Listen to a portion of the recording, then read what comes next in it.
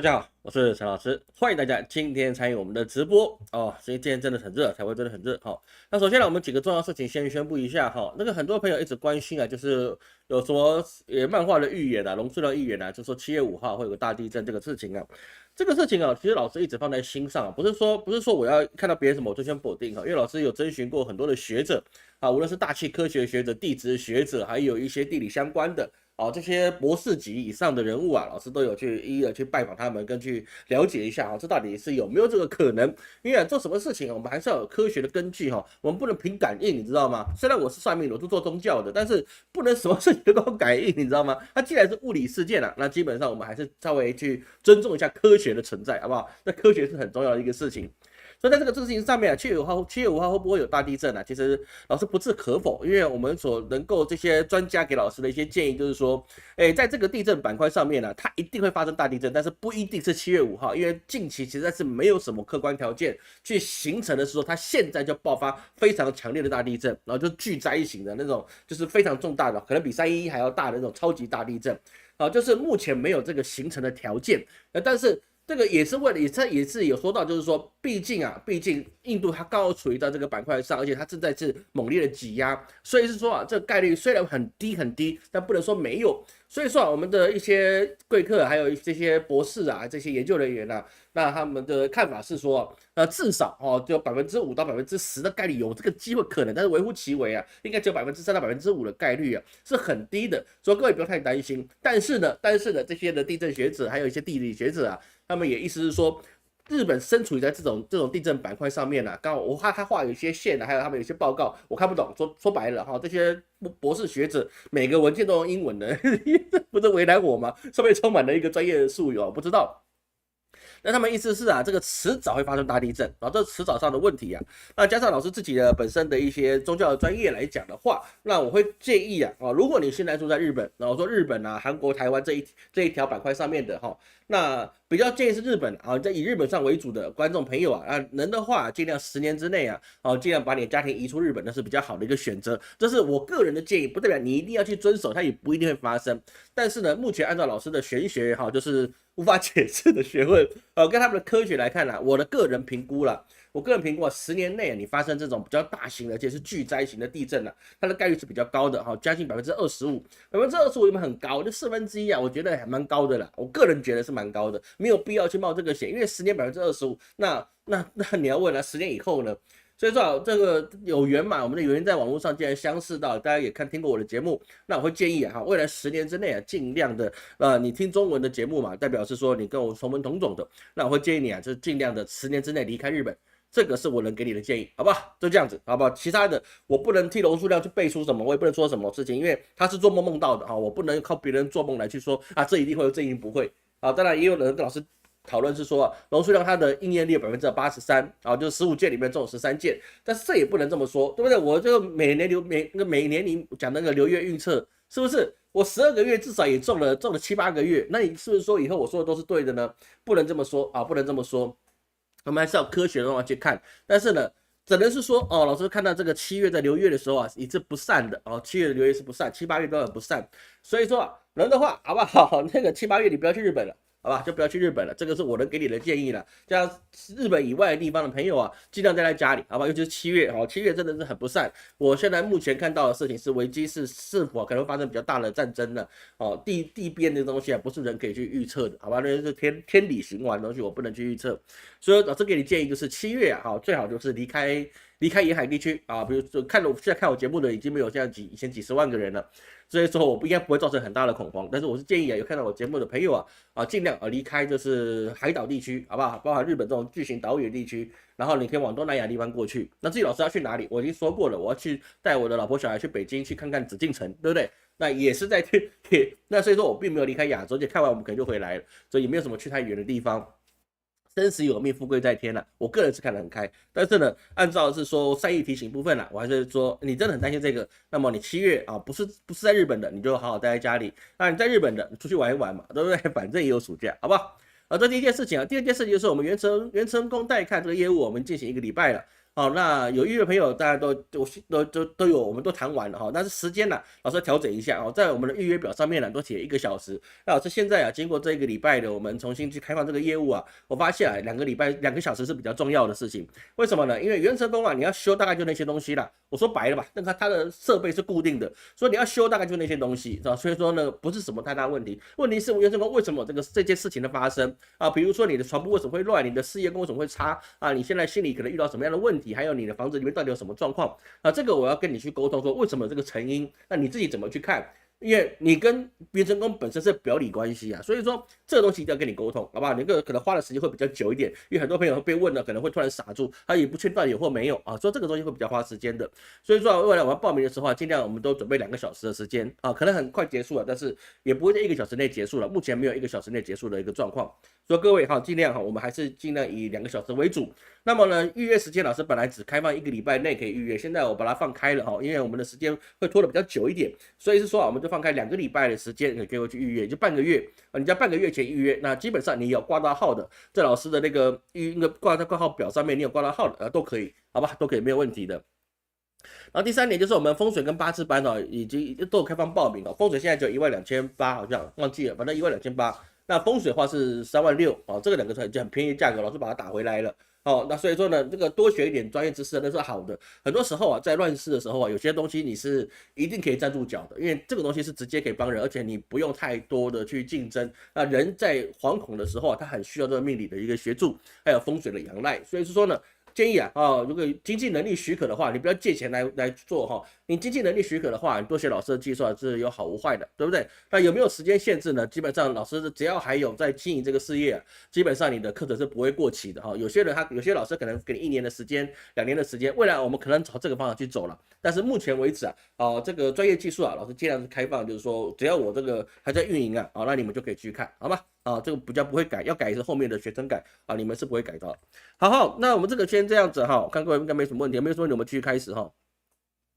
好，我们一样开始哈。第一个事情最重要的事情是什么呢？现在美国现在进行了很大的洛杉矶事变。这上个礼拜我们谈过一件事情，就是说洛杉矶事变跟以前的黑贵命不一样啊，因为黑贵命这个事情它是一个地方性的偶发事件，所以是说它发生这个很大的游行之后它最后还是会降下去的，因为后继无力，你没有一个事件的持续发酵的空间，所以说黑命贵这个事情它会发酵，但是只要没有特殊的政治人物去推波助澜基本上它降下来的速度是比较快的。但是这个所谓的洛杉矶这个事件是由政府，尤其是川普总统他主导的。你到政府去主导的时候，就变成打压这我们也谈过了。这个央格鲁萨克逊人还有包含的是美国的一个民族信仰，那块土地上形成了一个氛围它就是很简单。他们是专门对抗极权主义的，就像我们上个礼拜有谈过的，美国有很多的漫威英雄或者什么很多的英雄，对不对？为什么就没有看过军方的英雄呢？你说美国队长是不是军方的英雄？没有，美国队长他不能算是军方的英雄，因为他后来进入了复仇者联盟了，所以他不是属于军方的英雄，是不是？所以在很多状况上面来看我们就发现了，美国他们是一个很能够去抵抗当权者的一个想法。所以说，你的当权者又给他什么压力呢？他就立刻反抗。他们宁愿相信英雄，也不相信政府跟国家。这个是很现实的一个事情。你说他们爱不爱国？爱国，但是一个程度上就是你政府不能干涉我就是小政府的这个心态他们花了上百年的时间去让百姓相信小政府的时代这个因为他们要是以州政府为主的状况，所以严格来讲，他们是一个诸侯国诸侯国的一个状态。那在这个诸侯国状况之下呢，你现在进行了什么？进行的是说，特朗普他希望能够把这事情变得很大。不过你要知道他为什么要把这个事情变得很大呢？这有2个大原因。第一个我们要想到的事情就是这个月的公债跟9月的公债，还有你11月的这个其中选举，这些都是对特朗普来讲都是一个非常挑战的一个事情，因为他并没有办法现在立刻马上做出什么相应的一个对国家经济或者任何事情的一个成就。目前来看他是没有办法的事情。为什么呢？我们可以看到说他从4月2号开始做出这个对等关税的决定开始之后，我们就发现全世界包含印度或是其他再弱小的国家，基本上我们给他信到意思就是说没有人相信他，所以说没有人跟他签约。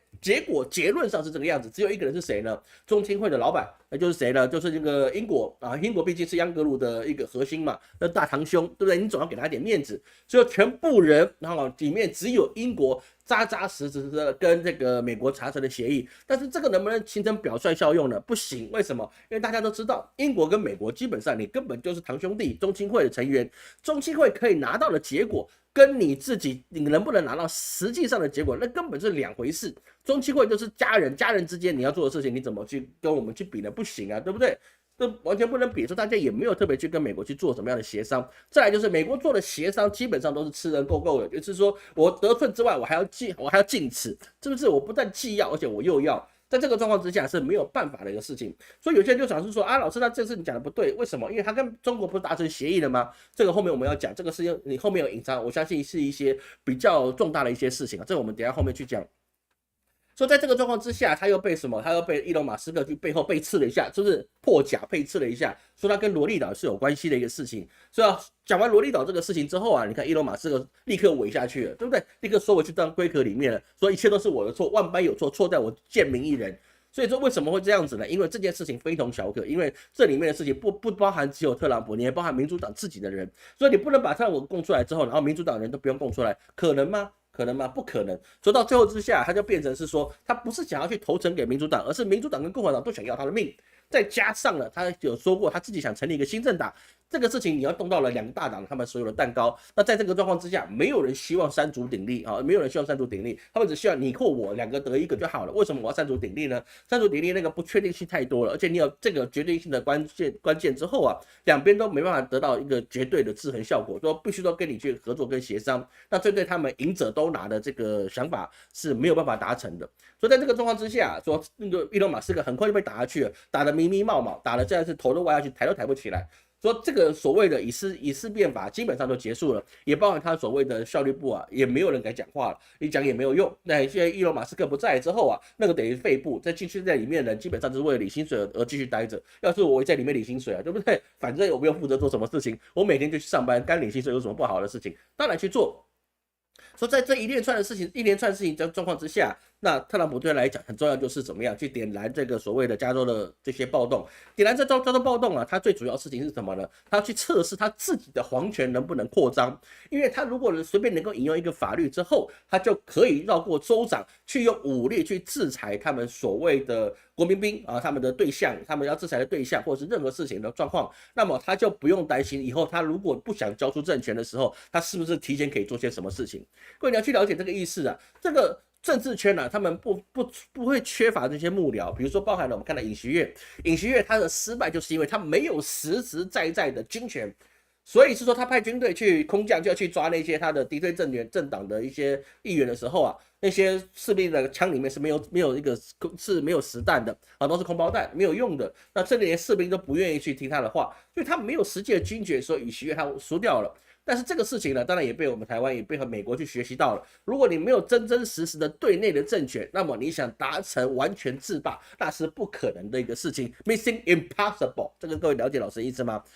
目前能够达到这件事情的，大概也只有中国啊，中华人民共和国是从上到下，他们是有绝对的权利可以去制衡地方了，这个没有问题。就像过去在云南事变还有西藏事变这个状况，我们就可以知道。他真的要干，他是真的调解放军去打，而且你还没有话讲的，这是不是好事？我个人认为这个是一件好事啊，我个人认为是一件好事。所以特朗普他想做这件事情是不是好事呢？以一个国家来讲，其实那个联邦制本身就是一个很畸形的一个存在，因为州长跟总统的权力如果是平行的话，那你治国会有一些问题的。因为一个国家要去治理啊，包含你公路、铁路、航空，还有一些矿产各种东西啊，你是不能够脱离中央的一些指挥，然后你各自为政。而州法跟联邦法又有时候会有冲突的状况，那么你是不是就很难去处理呢？所以联邦制啊，本身就是很畸形的一个政治。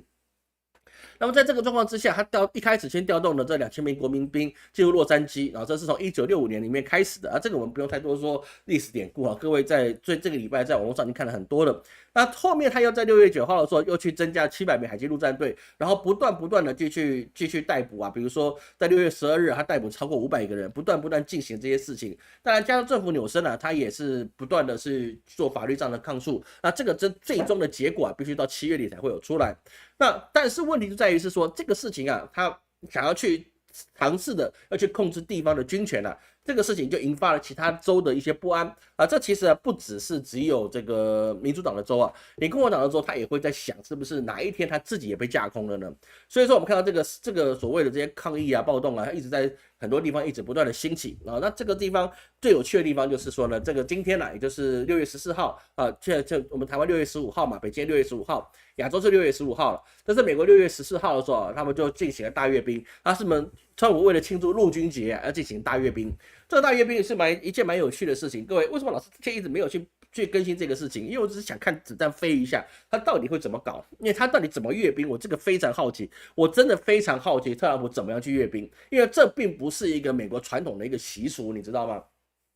又加上是他的生日，所以说各位，如果今天呢，你有在上网新闻去看到说这次特朗普的阅兵啊，你就发觉非常好笑，他们的士兵是不是都是集合之后，然后编队，然后去路上散步的，你知道吗？一样，他们编队是非常整齐，但是步伐非常不统一。哦，这个在我们亚洲啊，包含印度啊，都不会看过这么散漫的一个阅兵仪式啊，那真的是非常散漫的阅兵仪式啊。印度都还会踢正步，你知道吗？这个美国这个阅兵啊，基本上都是散步过去，就是我们在这个地方，然后我散步过去，让你看到我们军队在这个地方。这意思是什么呢？意思就是说，特朗普这一次是临时起意的，那当然军方可能也不服，就是说下面的可能不服，就是说我为什么要在你生日的那一天，然后呢你进行阅兵，然后我就得忙得跟狗一样。对不对？这个可能他们的国家军队啊也不服这件事情，所以在这个模式之下，就形成了一个很有趣的一个阅兵典礼，就是呢他什么也做不到，那也展现了军队士气也不是很彰显，因为阅兵你一定要把他那个雄壮威武啊、那些正步啊、仪队啊，好，或是你最精锐的士气啊表现出来，这个即使在台湾都可以做到的事情。然后说真的啦，其实在台湾、在印度啊都可以做到的事情，甚至连泰国都做得很棒。那为什么美国的军队表演出来的事情阅兵啊，就简直跟散步一样？就是代表是说，第一个他没有严格的训练，因为你要去表演阅兵啊，你3个月、半年之前呢你就开始训练了。那他没有这样子的前提去做的时候啊，你就只能整队，然后往前出发，然后就这样大家走过去，走个过场。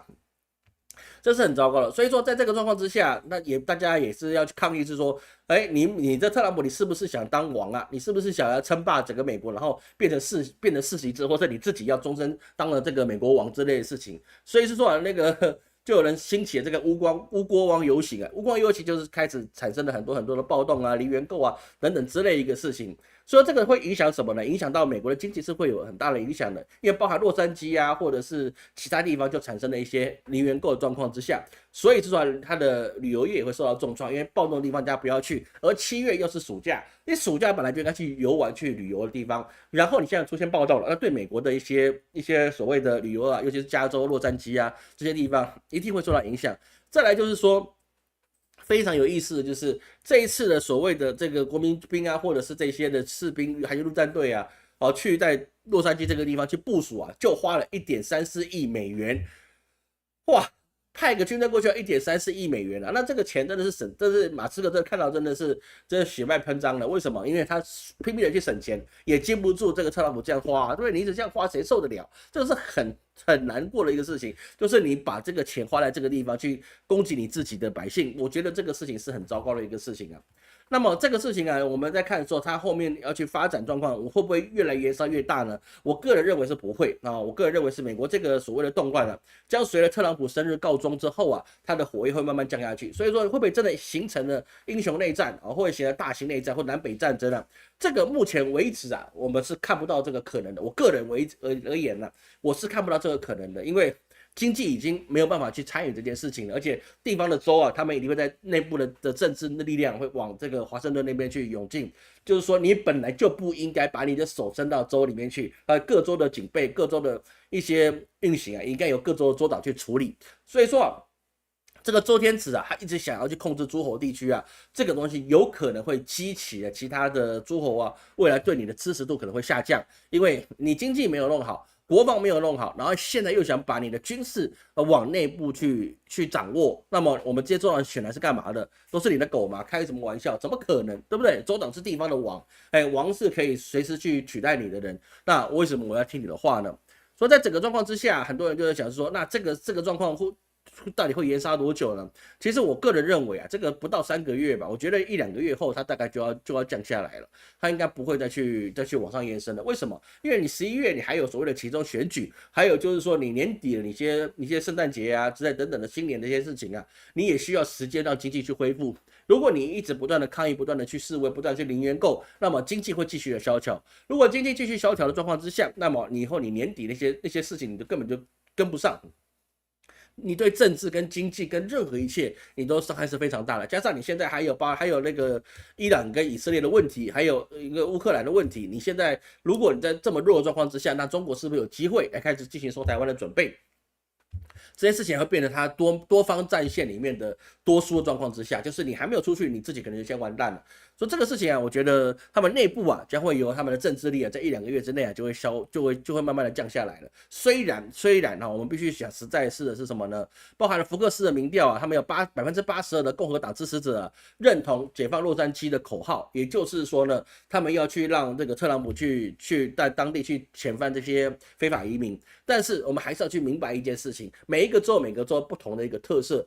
纽约有纽约的想法啊，那包含了德州的想法，包含加州的想法，或者是奥勒冈的他们一些想法。所以说，其他州啊，或者说其他州对于加州这些这么多的非法移民这件事情，并不能反映加州他自己的本身对非法移民的支持度或是反感度。当然，我们知道很多的香蕉人啊，就是外面是黄皮肤，里面是白人的这些香蕉人啊，这些大侄子们啊，那些所谓的认出去的人呢，他们自始至终，哪怕他们过得跟狗都不如，他们还是觉得坚定的支持我们的阿美利卡啊，这个也是可以值得赞许的，因为你自始至终不辩解啊，这种人呢，这是心态难得可贵。在中国，可能很多人去唾弃这些人，但是我不这么认为。他这个人如果到这个状况了，他已经到甜甜圈这种模式了，你对于美国还是坚定不移的信仰，还是愿意说他的好话，那么我觉得你真的是一个真实的一个内心真实的美国人啊！我觉得这自始至终不改其志。那把自己变成斯德哥尔摩症候群了，那么我觉得这个是值得尊重的一个事情。而其他的地方我们还是要去知道哈，这个洛杉矶的这件事情啊，基本上它降火的速度会比较快。当然有人会去估计啊，是说如果标准普尔他们认为，洛杉矶的骚乱如果持续超过3周啊，会让 Q3 全美的 GDP 损失0.8%。美国是一个这么强大的国家，世界经济第一强大的，它掉了0.8%，比其他国家掉了8%还要严重哦，这个是事实的状况。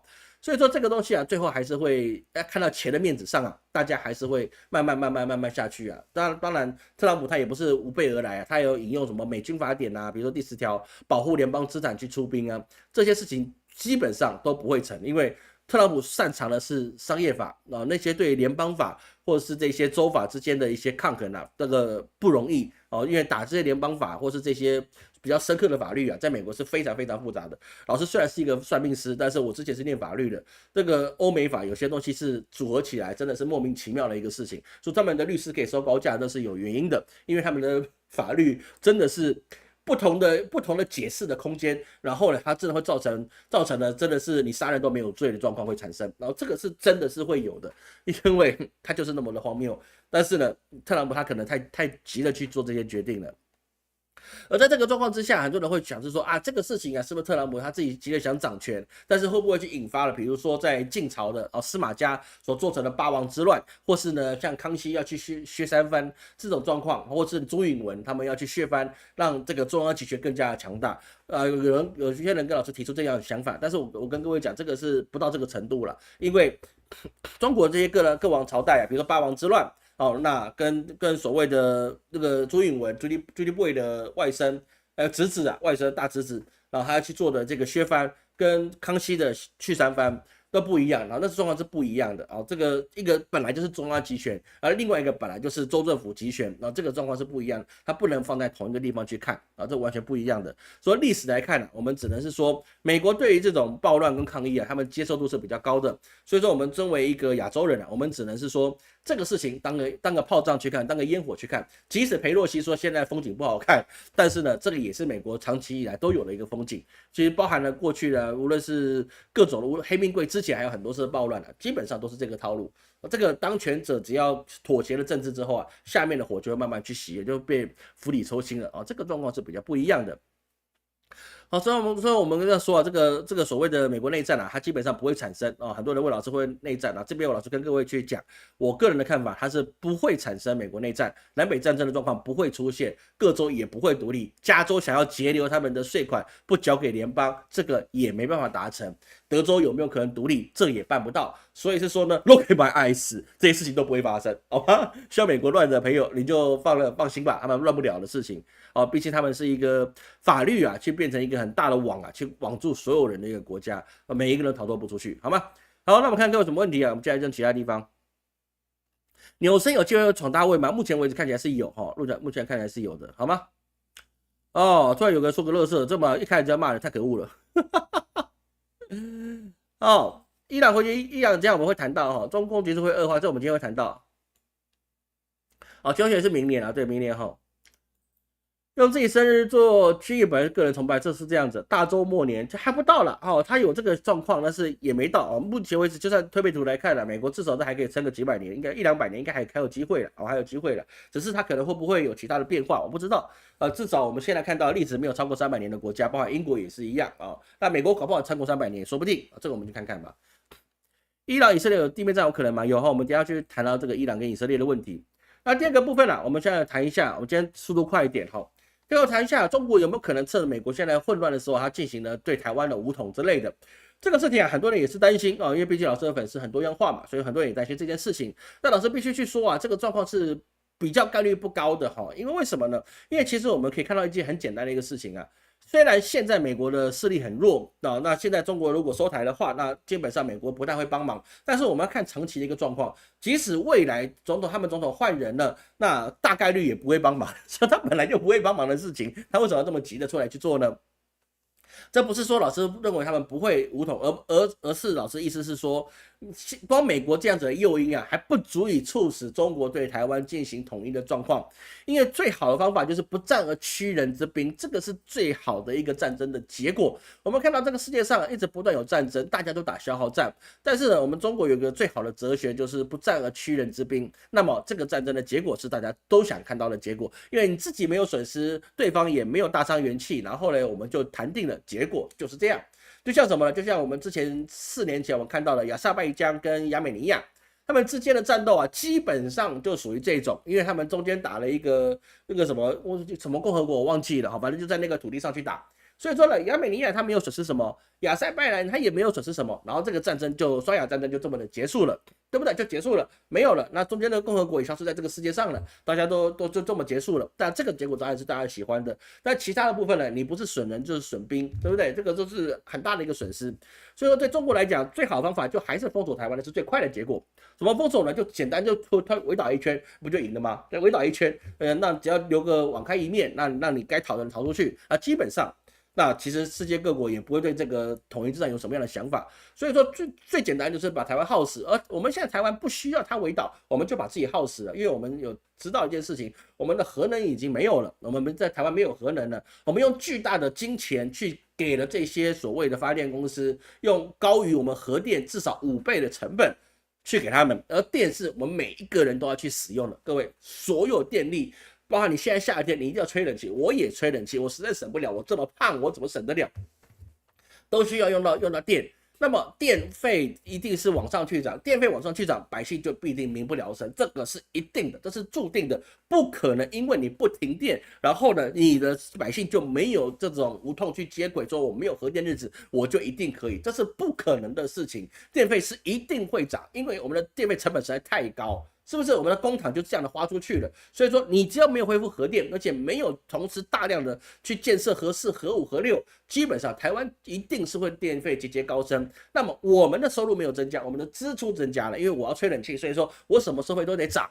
是不是？不是说你自己电省一点不省一点的问题，而是大家都没办法去节省的状况之下，你的成本一定提高，眼光不能只放在电费上面，而是放在百姓他必须去使用这件事情。所以是说他的生活成本涨，他的支出必然涨，那么他的售价也必然涨。就像美国现在，你无论如何都得涨，为什么？因为它兴起这个关税战之后，它的物价都一定是飞涨，物价飞涨了之后，那么你去推高的就是你所有的一些经营成本。那么你就变得虚涨了很多，那你变成停滞性的通膨就会产生了。无论是中国或是美国都遇到一样的问题，就是停滞性通膨，对不对？那在这个状况之下，台湾必然会有这个问题，因为你今年一下，明年一下，2年3年之内，你必然会出现一个很巨大的能源缺口。你怎么烧这再多的煤，你怎么再去买再多的天然气，你他妈都不够用，因为什么？你成本就这么高。光拖我们就把自己拖死了，我不需要，就是说直接用真刀真枪跟你干，因为我等你饿了差不多了，然后再围你，那我就赢了。各位懂老师的意思吗？这个是一个很简单的一个逻辑，相信各位一直看老师的节目都知道哦。这个有些事情我们不能只看电费这件事情，要用电的人他就可以把你的物价涨了，是不是？就这么简单一个事情。对不对？你像买一碗冰，它这个成本在多少钱？为什么一碗冰可以卖你80块台币？为什么？没有为什么？因为你冷气要钱，制冰要钱，冰本身不值钱，这就水结出来的，哪有什么值钱？加上一些科技跟狠活，大家吃的不是很开心吗？我吃的也很开心啊，对不对？但是问题就是它的电费涨了，所以它的冰价必须要涨。水没涨价，但是它的电涨价了，所以它就必须要涨价。电费涨10块钱，他就可以敢卖你15块钱，为什么？因为我不先涨起来，以后再涨的时候，我不是再涨一次，你们不是高兴吗？那我干脆一次涨多一点，那我先涨为敬，那不就好了嘛？所以在这个状况之下，你说中国要趁这个状况啊，趁美国这些战略模糊的时候，或是多线作战的时候，然后他们可以趁机收台湾，那就太一厢情愿了。光这个要件不足以让中国收台湾。这个要件了不够，他除非还有其他的一些客观要件形成了之后，他们才会去做这件事情。因为未来中国下航母啊，它不是说慢慢下，因为它有1、2、3，这张福建舰它已经下海可以加入编队去之后啊，它未来航母一次可能就下2艘。一次可能就下2艘，因为它的技术、它的一个经验都已经非常足够了。所以说，未来它的航母编队，我相信在10年之内啊，它至少会有多10个航母的编队。10年就可以多10个。这我不是在跟各位吹牛哦，按照他们现在的实力，10年增10个，我都算很保守了。因为它未来可能一次下2个东西去试航去做什么事情，所以越到后面它增加的速度就越快啊。这个是各位去了解的一个事情。而中国如果他想要去要收台湾啦，其实速度也是很快的，他大概只要3天的时间啦，就可以把台湾给收回去了。因为他真的只要包围跟一些火箭弹就足够摧毁我们所有的有生战力，包含雷达站啊，包含了我们的一些地面部队，基本上那个没什么问题。为什么我敢这么说呢？就跟我们很多朋友一直在关心的这个伊朗跟以色列之间战争是一样的。就在以色列，他的铁穹啊，再怎么样的稳固啊，都没办法经得起这些饱和攻击。那各位，你去觉得是伊朗的导弹多、火箭弹多，还是中国的火箭弹多，还是他们的导弹多？谁的多？我们要讲回来一件事情 ，Look at my eyes， 你觉得我们有铁穹系统吗？我们没有，好吗？我们没有铁穹系统，我们只有三个导弹出去拦截，然后整度高达210%的。那个数量不多啊，这个数量不多啊，你能够跟人家发1万发来，你能够挡几发？那没办法，你挡不住啊，是不是？人家也不会发1万发啦，那夸张了，是不是？人家打个500发，我们就差不多完蛋了，对不对？因为台湾人是一个，我们的骨气很足，但是我们的胆子没有那么大。真的打下来几个飞弹之后，我们大家就投降了，民心就会混乱了。但是这个应收的状况之下，还是一句话，对他来讲并没有什么好处，所以他还是希望合同就是说让你投降，你投降最好的。而老师的推背图去预测啊，我们投降的概率是比较高的啊。至于怎么想法，我不知道，我们看这个世界的发展，好吧？我们看世界的发展，所以各位就不用担心哦，这个世界光靠这个要件不够，除非再出现其他事件了，不然的话我们就基本上它不会因为美国内战造成了台海之间的一些问题啊，这个我们可以去确定的一个事情，好吗？好，那我们接下来看了，我们继续下去，我们看以巴之战。那以巴之战不是那个长尾巴的那个以巴我们这是以色列跟巴基斯坦，不是以巴，这个为什么？以色列跟伊朗之战啊，以色列跟伊朗这个问题啊，各位很担心这件事情。但是啊，其实老师认为啊，他千不该万不该的，是在还没有把巴勒斯坦的问题解决之前，你先去招惹伊朗，这是一个很冒险的一个事情。当然，美国这边有说他们是不建议这个以色列去打伊朗，但是呢。这个里面就充满了很大的一个玄机，因为伊朗我们知道它是有可能有核武的，它是非常有可能有核武的。而之前我们在直播里面，我们有预测到一件事情是什么呢？当时老师就是跟各位去讲，伊朗他当时想要跟美国去谈核协议，希望他们来检查，证明他们把所有的核设施都毁灭掉了，只能用来发电。这个事情我就跟各位去讲过。这个东西叫什么呢？以拖代变，因为你要来这边去访问，所以说呢，我就可以花很多时间呢去跟你对接去安排你的行程然后呢，这个不行，那个不行，然后呢，你再换个时间，这一拖就可以拖个3个月、半年，没有什么问题的，是不是？他以拖代变，我就不相信伊朗会愿意把核设施毁灭，然后就为了换取美国不去制裁这个我不相信，为什么呢？因为他有太多的前车之鉴了。对不对？包含那个格达费，对不对？海山这2个国家这2个领导人都是为什么被打爆的呢？就是很简单，他们就跟美国说我没有核武，我就没有核武，所以是说他们来检查确实没有核武，然后他就被打掉了，就这么简单。对，因为格达费跟海山为什么被打败，就是因为他没有核武，你就地面部队那个没有用啊。各位懂老师意思吗？地面部队是完全没有价值的东西，它是可以被消灭的，除非你有核武，大家要怕你。哪怕你是战术性核武，是不是大家都会怕你？但是你没有核武，所以说格达费跟海山就上去见上帝了，跟上帝在花园里面吃手抓饭了，对不对？这个是很正常的一个状况。所以说，伊朗他有没有可能把核武去废掉，自废武功，去为了换取他经济不要制裁呢？这是绝对不可能的事情，绝对不可能。对，这曹操复活都觉得他都说他不可能的事情。因为他必须有这个王牌，他才能够在这个世界活下去，这是铁律，这个没有办法去变更的一个事情。但是我们也知道这个地方穷久了，叛徒就会多。人可以穷，但是呢，你不能阻止别人变节，懂老师意思吗？因为别人出的钱多那么我当然就为了我自己家庭的生活，自己的生活要好，所以我出卖你们这些军事的高层那很正常。所以说呢，你就说伊朗为什么一天到晚被打，为什么容易被暗杀，高级主管为什么一天到晚被锁定？很简单，因为他太穷了。穷到后来，身边人一定要背叛他，不背叛他，那我怎么活下去呢？因为对方给的实在太多了，对不对？就这么简单的事情，爱国心在利益面前一文不值这个很明白的一个事情。所以说我们在看这个状况之下，我们就发现了一件事是什么呢？伊朗这个它本身就有可能有核武，所以说以色列越打越急。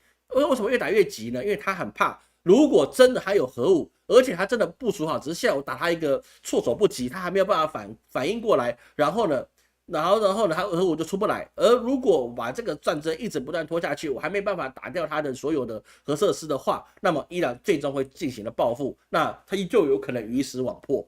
跟董老师意思吗？因为以色列，各位，其实我们在这一年我们都有说到一件事情，以色列它再强大，它就不过是一个中东的一个小国家，经济实力强大，科技实力强大，但是国土面积这他妈的有够小。它真的是不大的一个国家，它经不起一颗核弹，甚至是战术性核武的伤害，它是没有这个能力去抵御这个说我可以承受这个伤害了，不行，办不到。乌克兰可以，因为乌克兰很大，对不对？没有问题。台湾也不行，是不是？所以在这个状况之下，他就很着急的去做这件事情，希望能够把它有生之年把它歼灭掉，这个是有困难的。为什么？因为伊朗它本身它并不是一个新兴的战斗国家它是从古时期就一直打仗打到现在为止都没有停歇过的一个地区，中东就是这样，你从可以上溯到1000年以来都没有停止过战火。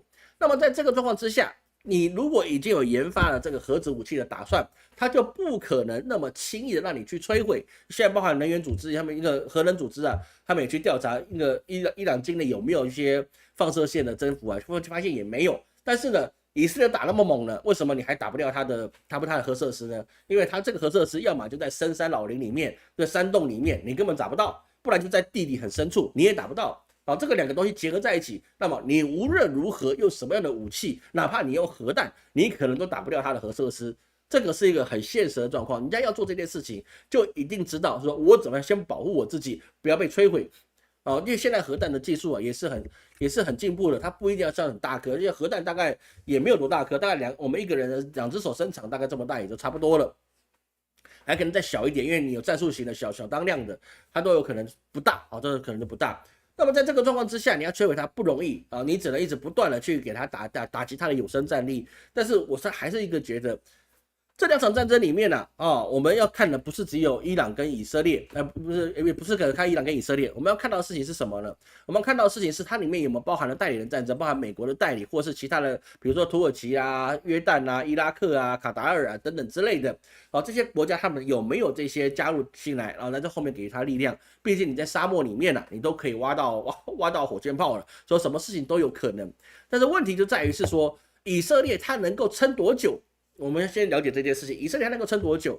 各位你要去知道一件事情以色列它现在不是只有针对你的加沙地区，也不是只有针对了这个伊朗地区，以色列现在基本上它是有7线作战的困境，它有7条战线在打开，包含加沙地区、约旦河的西岸、黎巴嫩真主党、也门的胡塞武装，这都听过吧，对不对？还有叙利亚，他之前也轰炸叙利亚，这种是真的吧？不是我在吹的吧？还有伊拉克的什叶派的民兵，还有什么伊朗的直接军事对峙，所以说叫掐指一算，它就有7线作战。你7线作战，你光靠一个以色列，你是有多大的能力可以一直跟这7线作战去对抗呢？你一人去敌整个中东，后面即使有美国去支持，他能够支持你多久？这个事情是非常值得去玩味的一件事情。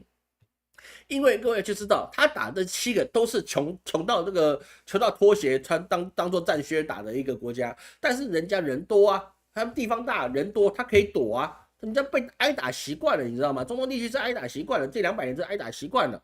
那挨打习惯，人家就很会躲，所以很会生又很会躲。人家6岁都可以上战场了，你6岁的小孩可以上战场吗？对不对？回答我，是不是？Look in my eyes，能吗？不能。但他们6岁可以上战场，对不对？说能做的事情跟不能做的事情，你根本没办法跟人家去比。再加上一件事情是，以色列你有多少的士兵你可以去消耗？各位，以色列有多少士兵可以去消耗？目前以色列他大概他能够做的士兵，目前为止我们所能够知道的大概只有16万的士兵，你可以去做这个做那个作战。但是这么多的，这听起来16万很多啊，好像都是高机动战士的，但是你没有办法针对7个战线去打，所以这个一直打下去啊。对以色列来讲，他们的国力会一直不断的消耗，因为你在一个战争的国家里面，你的观光资源一定是基本上降为趋近于零，这个是可以了解的，因为你现在的他们的铁穹系统是被攻破的，所以是说亮血条了，亮血条的就代表你可以被打败，就跟美国的航空母舰是一样的，你只要亮血条了，你就是可以被打败的对象，不是战无不胜的啊，没有这回事，你又不是铜锣湾的那个陈浩南，对不对？陈浩南都会亮血条，你怎么不会亮血条呢？是不是？既然都会亮血条，那么你就一定会受到这个损伤，而且最重要的是什么呢？最重要是军费啊，军费你所有的一些消耗是很多的。他们日均每一天以色列所消耗的军费是每一天消耗1.8亿美元，1.8亿个美元哦，不是台币，也不是什么币哦，就是美元1.8亿，你就得去每一天烧这么多钱。那你要怎么去做呢？所以它的 GDP 啊，可以它现在从之前的4.5%降到现在1.5%，它会不会再降？一定会再降。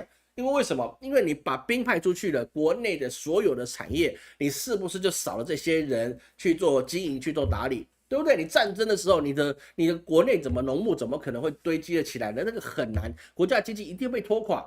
这个事情上，我们就可以看到我们中国历史上叫楚汉战争。楚汉战争为什么刘邦最后夺得天下？为什么不是项羽得天下？因为刘邦他就是拖鞋兵，他就真的是拖鞋兵。项羽呢，就像什么呢？像一个精装武装旅，对不对？以一敌10的都没有什么问题。他身边带的楚军啊，基本上都是万人敌，很能打的，是不是？所以他可以用3万去打56万，他都会赢。但是呢，刘邦不一样，他就是拖鞋军，他就像这些中东的士兵一样。对不对？我就不经打，我知道我不经打，但是我躲着不跟你打，怎么样？我拖死你！而且刘邦他最大的好处是什么呢？他派了萧何去他的后方去这个后面的一些老秦朝那个地方去四川那些地方去种植，去做一些经济的维护。而项羽没有，项羽即使他打架打遍天下无敌手，但是他身边并没有人可以帮他去怎么样去生产经济跟粮草。他只能不断去征集，用战利品，然后再去征集这些粮食。但是呢，1次2次可以，你打了这么多年仗，你叫我的种植的速度怎么赶得上被你摧毁的速度呢？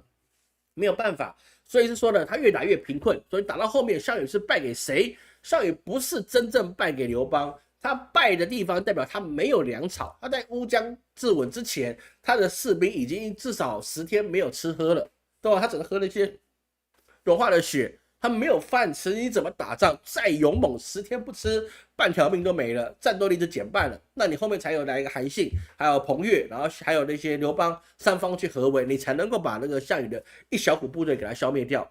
差的是什么？我拖死你，拖都把你拖死。就包含了刘邦要去什么那个楚汉相争，那个在那个鸿沟为界，项羽退却的时候，刘邦去追击他应该是我追了你之后，你应该被我打了，随便打，但没有。他追过去之后，项羽还把他打回去，打了刘邦又逃回去。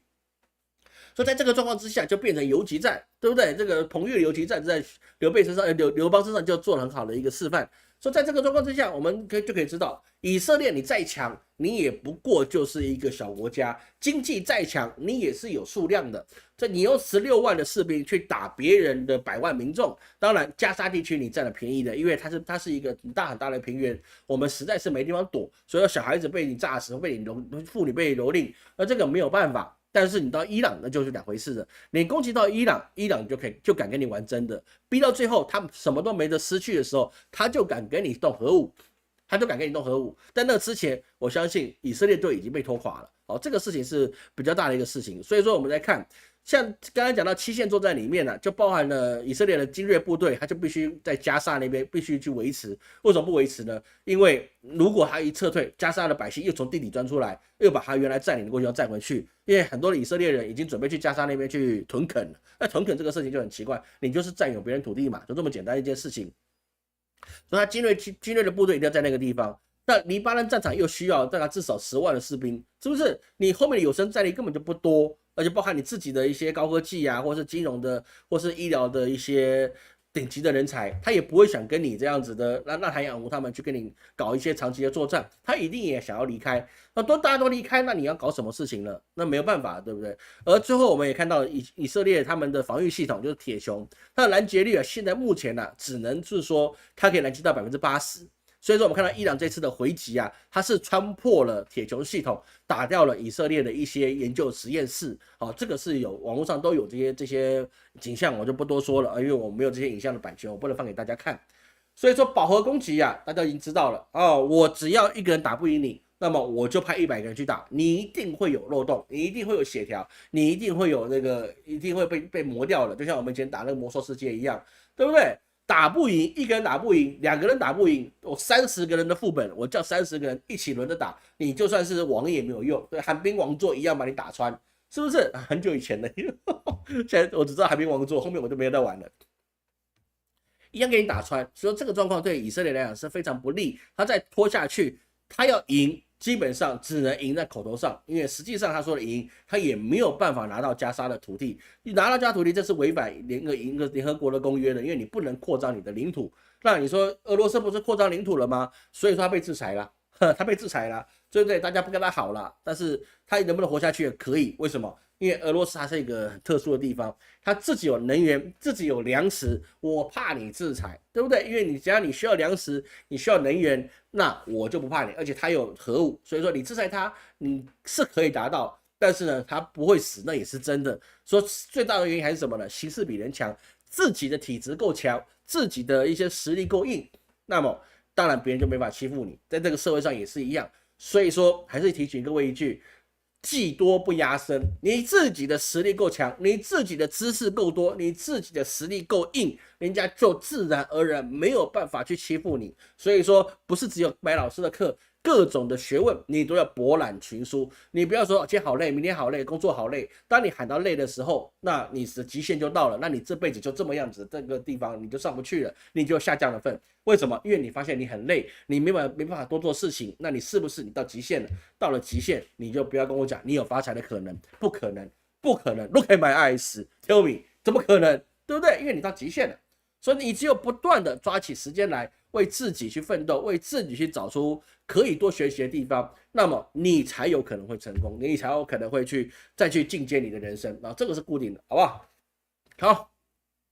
所以以色列这个问题啊，我们就可以确定一件事，就是说各位不用去想是说哦，这个事情对他可以继续打下去，有美国支持他就可以继续下去了，这个是没有办法，美国支持他那也是有限的，就像乌克兰之前有拜登去支持，他能够支持下去多久？没办法，为什么？因为他人力就是会损耗，同样状况以色列也会损耗，而且以色列的百姓。骨气硬，那是因为没有人打了进去。当他开始有火箭炮那些饱和攻击，不断1次、2次、3次、4次，逐渐的打掉他们重要设施之后，那么百姓的想法也会另外一个地方，因为要打仗是你纳坦雅胡，不是我们要打，对不对？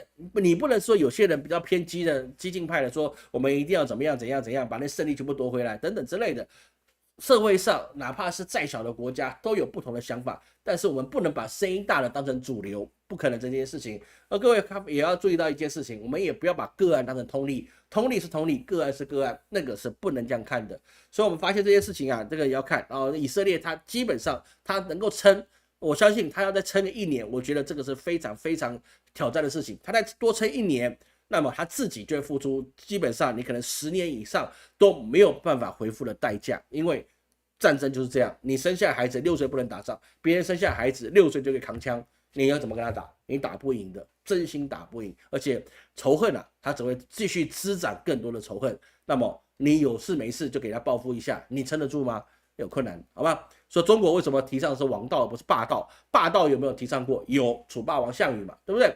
霸道到之后都是要讲王道，为什么？因为不要去营造仇恨，那么你的王朝、你的世界才能够更加享受久一点的和平，久一点的后面一定会有些天灾然后一些昏君让百姓不得不反，但是争取久一点的和平，就是你必须要王道。王道是什么？让大家都吃得饱。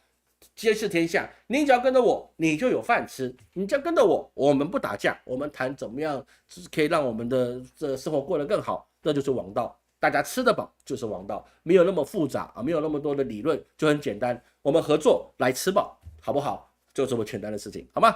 看看各位有什么问题哈。好，感谢徐老师感谢徐老师赞助谢谢。徐老师，为什么你是用港币？蛮奇怪台湾总统投降会收台那不得不投降的事情了，好吗？伊朗跟袁绍一样，袁绍比较强大，袁绍比较强大袁绍443公他其实不应该输的，他输是输在袁绍输在他自己没有办法是用人那袁绍输在用人，他自己本身的粮饷兵将都是多过于曹操的，他基本上他要去当一个枭雄那是没有问题的，但是他就是因为他不会用人，所以才失败的。但是伊朗不是，他真穷伊朗是真穷那个不一样，好吗？这不一样的事情。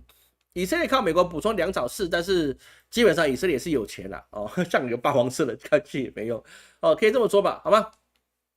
所以我们在看世界变化的时候，我们要去注意到有些事情我们必须要看它本身的条件跟对外的关系，还有就是说呢，这个历史的一些过去的事情可不可以来验证这个是很重要的状况。好，我们继续下去看各位什么，看下一个是什么今天讲的是比较快，因为就再拖大家可能会生气，我不敢了，现在尽量不敢了。好，最后我们稍微看一下韩国。很久没有讲到韩国了，大家也觉得老师你是不是讲日本，为什么不讲韩国？韩国其实是可以谈一下的。韩国这个东西是比较特殊的。韩国它到底在整个亚洲里面是不是还有竞争力？为什么我们不说世界呢？因为它放在世界上面还真没竞争力，好吧？世界上真没竞争力，所以我们看到亚洲它有没有竞争力了？其实韩国它的实力强，也就强在特定的几个地方，比如是说呢，它有存储晶片就是他们的一些 DRAM或是 NAND 这些他们这些储存设备他们的实力还是世界属于垄断性的地位。垄断性的地位就是说，他的功夫就比别人好，就像台积电一样，功夫就是比别人好，做的就比别人优秀，但不代表的别人做不出，也是一样。比如是说5奈米的跟3奈米的，中国是不是能够做出来？它可以做出来，但是良率太低，不能够商用。能做出来跟能不能商用是两回事情。但是台积电它不但能够做出来，而且良率很高，所以它可以商用，那这个是最优先的去考量。而韩国也是一样比如说海力士他们这些的公司还有他们的 OLED 量子点屏幕等等之类的，他们是有独断的一个设备，所以说它还是有竞争力的去做。但是问题就是在于这一些高科技里面，并不足以养活韩国全部的人。各位懂老师意思吗？它的这些东西的确是世界上非常领先的一个角度，连中国现在都没有办法干赢它。中国的努力追赶，但是他们还没有办法追上韩国。可能未来3年5年可能可以，但是目前为止，韩国还是独步全球的，这个是确实的。而韩国它自己还有包含它的一个新能源技术比如它的电车等等之类的，他们现在也在不断的去增长，造船什么东西，他们也在后来直追。但是这些产业都没有办法有一个可以是说你振兴整个韩国的经济，这个做不到。各位懂老师意思吗？关键是他们能够做到的事情是低劳力、高产值的产业，它不是能够一个韩国那个大妈或是哪个欧巴，它就可以去生产的东西，不是的，你必须是要顶尖性的人才，你才能够参与这个游戏范围之内。而且你参与的游戏范围之后啊，你大部分的产值还是这些由高层他们去吸收，变成他们财阀去垄断的，连政府都拿他们没有办法。主要那些财阀之强大，已经凌驾过他们的政府，所导致百姓他依然很辛苦。但是现在还是有发现到说，韩国的经济似乎有在好转的一个趋势。这个是还是有的，但是我们要去看到另外一个状况，那个里面有包含了韩国现在的政府啊，包含尹锡悦政府啊，他就一直不断的去刺激韩国的百姓要去生孩子。为什么？因为这个人口危机啊，已经这变成他们一个很现实的一个状况。因为什么？因为他们的生不如死状况已经很严重了。但是在尹锡悦政府的努力之下，包含现在新的政府，好李在明吧，他们也继续沿袭尹锡悦的政府的政策，要去给这些已生孩子的、养孩子的尽量给你多的补助，但是有用，但是不多，你只能给穷苦百姓多一点的希望。但实际上，你可能在大学以上的，你可能就没有这个意愿了，因为你的教育成本实在太高，你的美容成本实在太高，还有你这些一些所谓的昂贵的一些奢侈品的状况实在太高，因为他们你不去整容哦，那你不去化妆，你不去买奢侈品，那你就不是一个合格的韩国人。那么在这个状况之下，百姓的钱才刚刚存下来这么一点点，又被你这边这些的社会氛围，你们为了要赚钱，就给百姓这4大的氛围说你不做是不行的。为什么一定要整容呢？你为什么一定要去买昂贵的保养品呢？为什么你一定要去转行化妆品呢？为什么你要买那些奢侈品呢？因为这些人要赚钱。所以说就告诉你，你必须有这些事情，你才是一个合格的韩国的社会人，不然你就应该被大家去鄙视。所以他们的霸凌的意思就是很简单，就是跟过去的古朝鲜是一样的，就是他们永远自卑的心态，我没有我就被别人看不起。所以他们的文化底蕴啊，真的是有一些需要加强的地方。那么在这个状况之下，百姓他最终还是没钱。为什么？因为你的钱就会被这些孩子，他们也受到这些熏陶之后，他们也必须跟父母要这些钱，然后来去给他们这些的购买力，然后去负债做这些事情。所以说，韩国即使我们看到它半导体、电子、汽车、造船或是文化产业好像都蓬勃的发展，但是实质上没办法改变韩国它的百姓没有钱的一个事实，因为人均负债是非常之高，在这个状况之下，它的败亡速度绝对会比美国来得快，就是因为这个原因，因为你没有美国的经济实力，但是你却有美国的消费力，那这个东西你能够过多久呢？那个是一个很挣扎的一个地方。所以说韩国啊，不是我们不讲的，是说它的未来基本上都是一片黑暗的，因为你会的东西很快就会被日本啊，甚至是被中国去取代，这个是很容易的事情。几年的时间，日本跟那个中国就两个一定有其中一个可以去瓜分现在韩国一半以上他们最强大的一个市场。比如说你说日本，它现在光刻胶在全世界的光刻机都90%的市场，那是现在还有90%市场，但是不代表光刻胶其他国家做不出来，而包含中国它能不能做出来？因为中国现在我们知道，它今年就有1300万个大学生，1300万个。我们前几年讲到的时候，它才刚破1000万，然后我就说1100万，我说未来就可能到1200万，就1300万。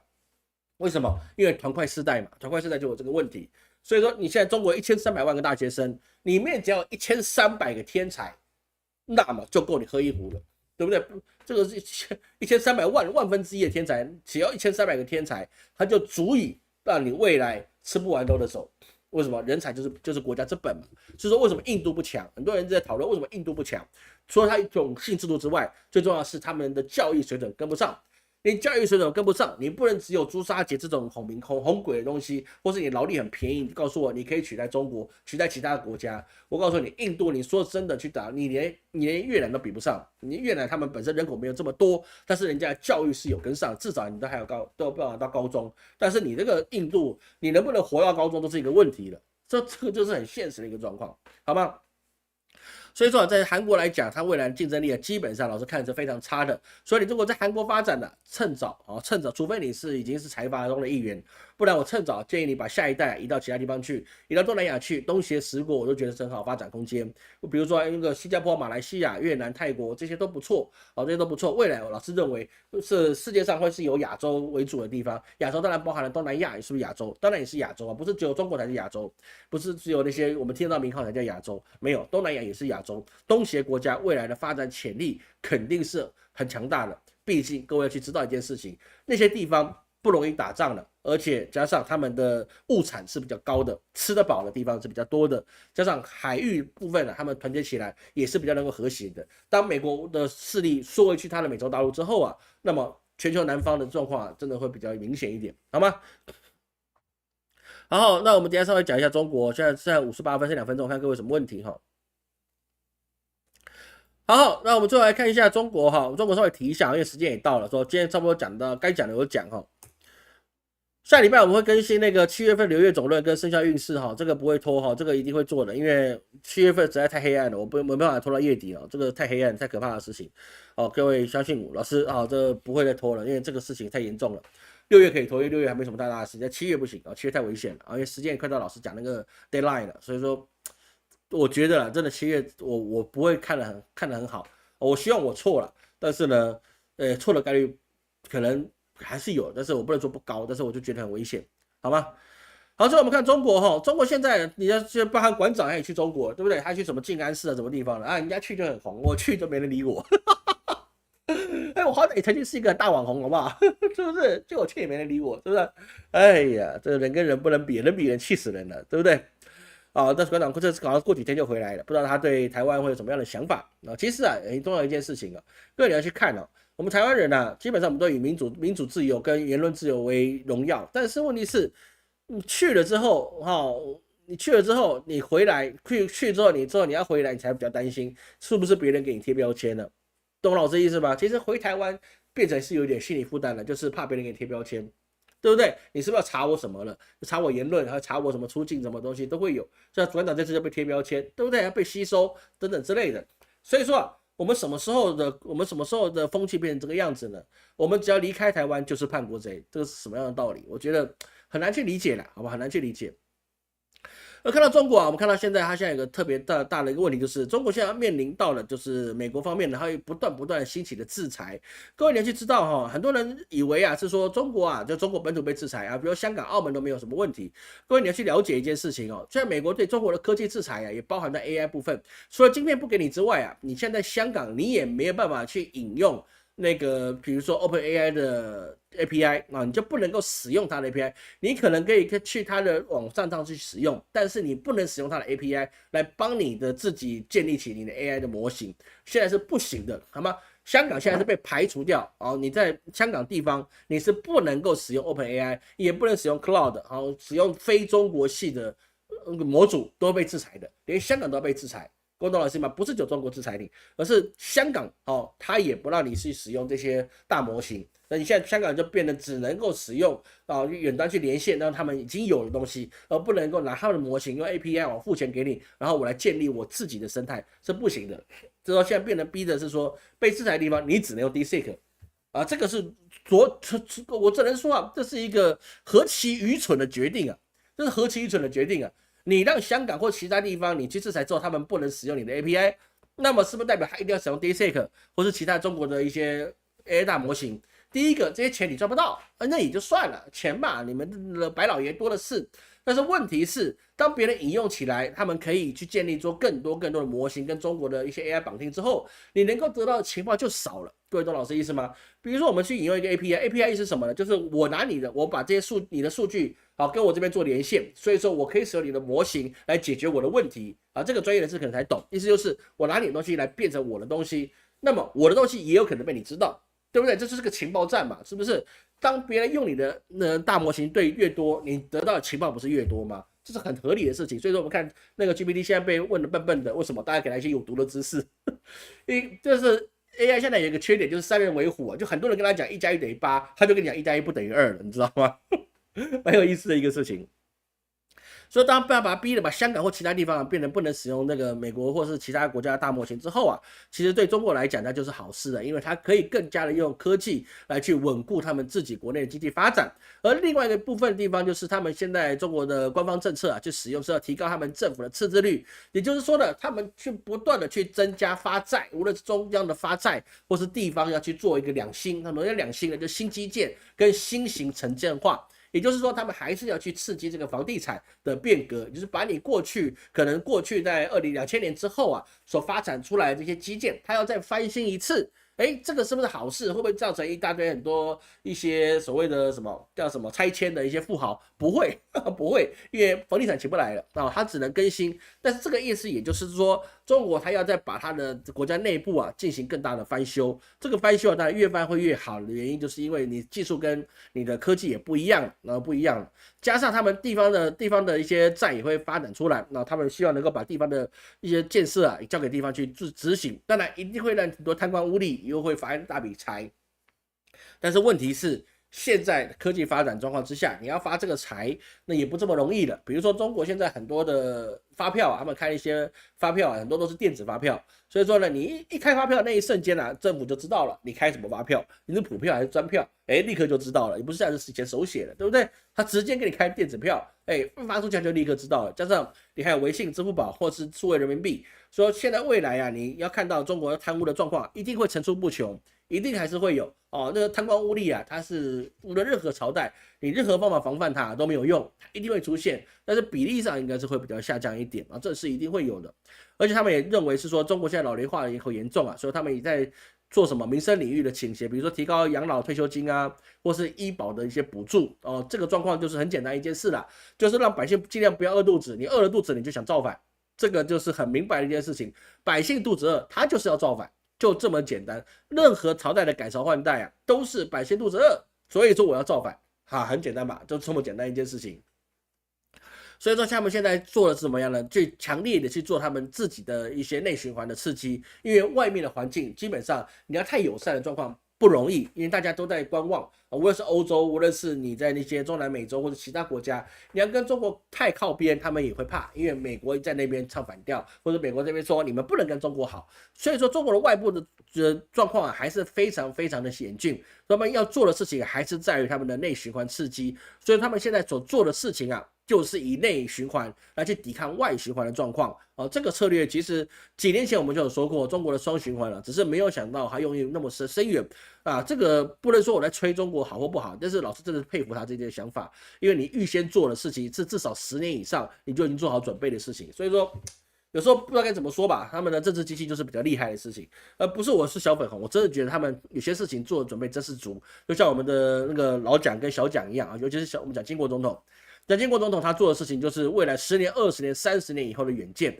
这种政治家，还有孙运璇的行政院长，这种政治家真是百年不遇的啊，百年不遇的。那这样子的人呢，才能够把国家带好。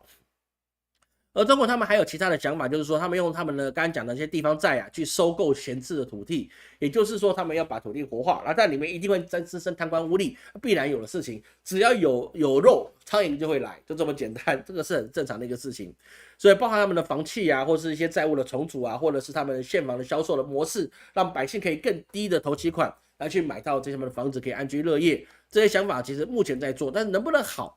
有一点困难，不容易。我只能是说他们有这个想法，但是能不能做到，我真的是觉得不容易啊，真的是不容易。因为，你要让百姓去没有更多的收入状况之下，你要去负担去买房子这件事情啊，就有一点点不现实。其实我觉得中国最应该做的事情是应该新建大量的国民住宅，这远比你去让人家去低头期款去买房子来得好。很多台湾的朋友可能不知道哈，中国在过去啊，好像在2023年底啊，他们就出台过一个法律哈，各位当时不知道，我也是最近才知道，我没有说我很有远见，其实我最近也才知道，他们出台一个法案啊，在2024年才落实的，就是说啊，如果未来你这个烂尾楼一出现了哦，那个百姓是可以不用继续付房贷的，你懂老师意思吗？以后未来中国出现烂尾楼啊，那你按照合约啊，你家不是签霸王条款了，基本上那个百姓是可以停止付房贷的，甚至可以跟那个房地产去求偿，就说你把我的之前已经缴的你要给我还回来。因为他们有所谓的那个信托嘛，所以在那个恒大事件啊，跟那碧桂园事件之后啊，他们有做这方面的补偿。那能不能够在未来真的是完全可以落实，这我不知道。但是我能够知道的事情是啊，很多恒大的房子啊，现在很多他们地方政府已经开始进去重建了，而且很多都已经交案了，但是数量太大，哦，你也建不完。我说白了吧，建不完，上百万栋的烂尾楼，你要怎么建得完？中国幅员这么大，你怎么建得完？这个事情还是有的。所以中国他现在想做这些好事情，但是我不认为他会这么容易可以做到。虽然长期一定可以做到，但是短期之内啊，我觉得中国整体的发展经济啊，并不会太乐观，属于一种比较温和偏冷的状况去发展。过去发展太热，你现在在发展要好不容易。所以中国现在只能够做的事情就是怎么样呢？百姓不要穷得太快。哦，那还有经济能够持平发展，你不要说再来个6%啊，你能够维持3%，我就觉得中国已经很厉害了啊。很多人就说啊，中国应该要到5%以上啊。有时候有些人就把过去当做未来，不行这样看，过去，未来是未来，不一样。加上中国，它如果要成为他们货币这个稳定的发行，它就不能够让它的经济跟它的所有东西失控的发展或失控的成长太快，因为你的币值会不好处理，你很容易变成下一个泰国，对不对？泰国当时他们做的这些那个汇率战啊，就让泰国从本来的亚洲希望啊，变成亚洲的乞丐啊，这个就是这个原因，好吗？所以我们看这个世界啊，还是最后我们总结2点啊。第一个就是暑假的时候，我们离开有海的地方，好不好？离开远一点，好吧？这个是老师跟你讲的，尤其是亚洲啊，能够离开亚洲，我是不离开亚洲了，我就是在好好在这边，就是所谓的这个东亚部分哦，你说日本、韩国、台湾、香港，还有就是说中国沿海部分啊，能够离开是离开了，但是中国沿海部分影响比较低一点。但是我呢，我不离开了，好吧？我去北京玩我就回来了啊，所以我也不离开。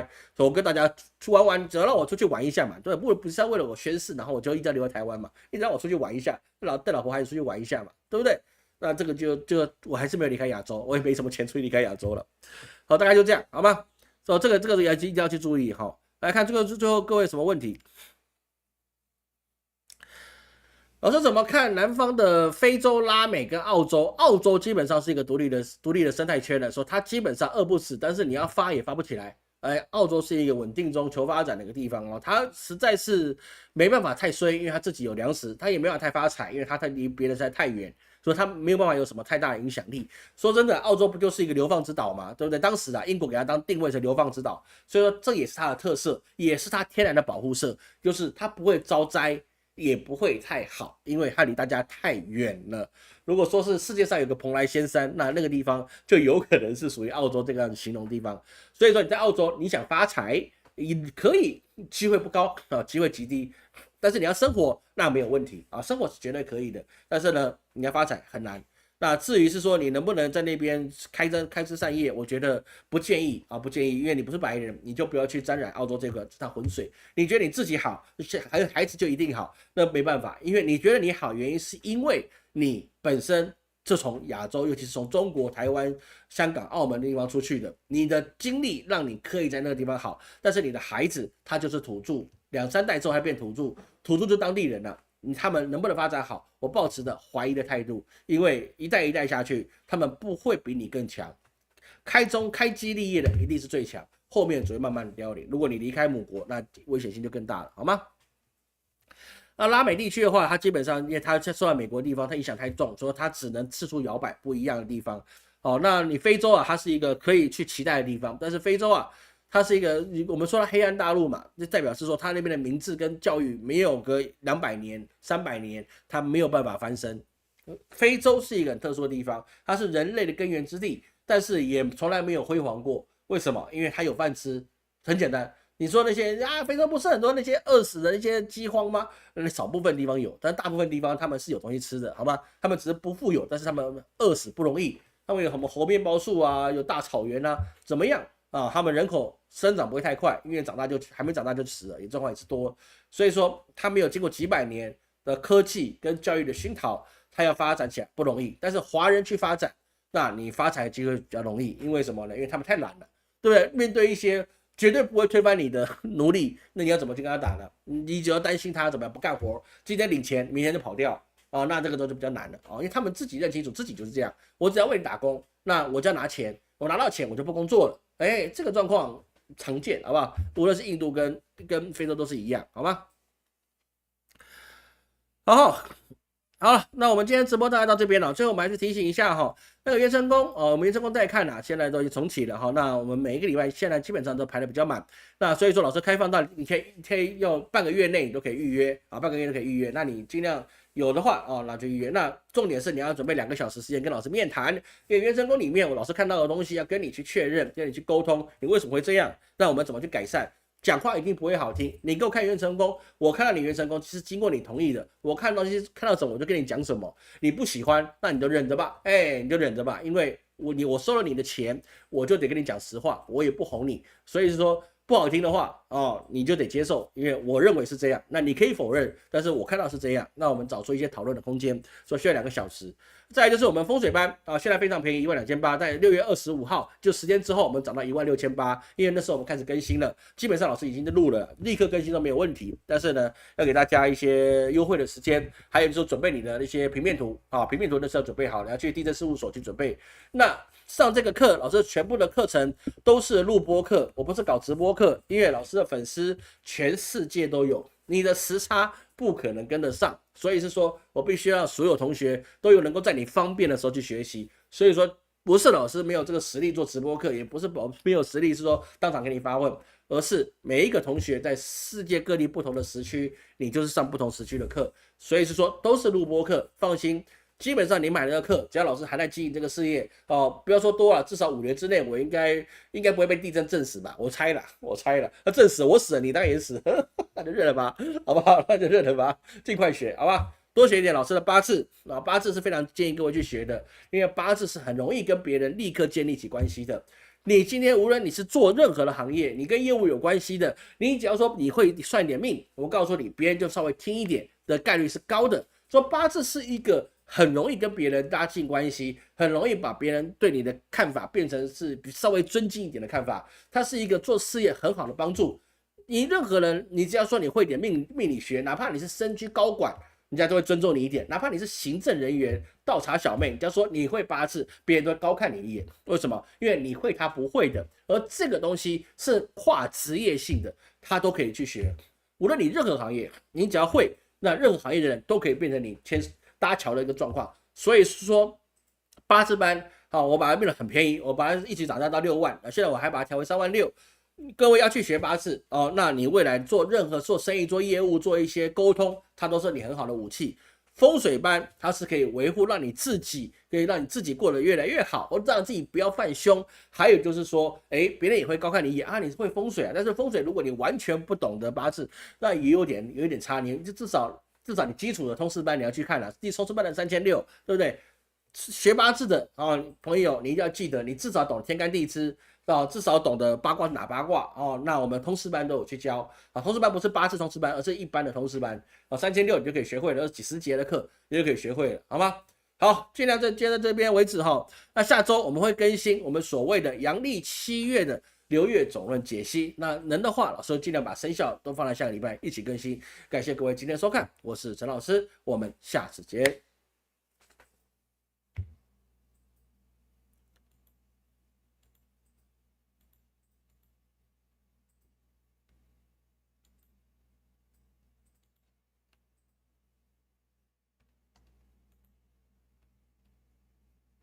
我要确定我可以抢到沙发，我才要去关这个直播，哈哈哈。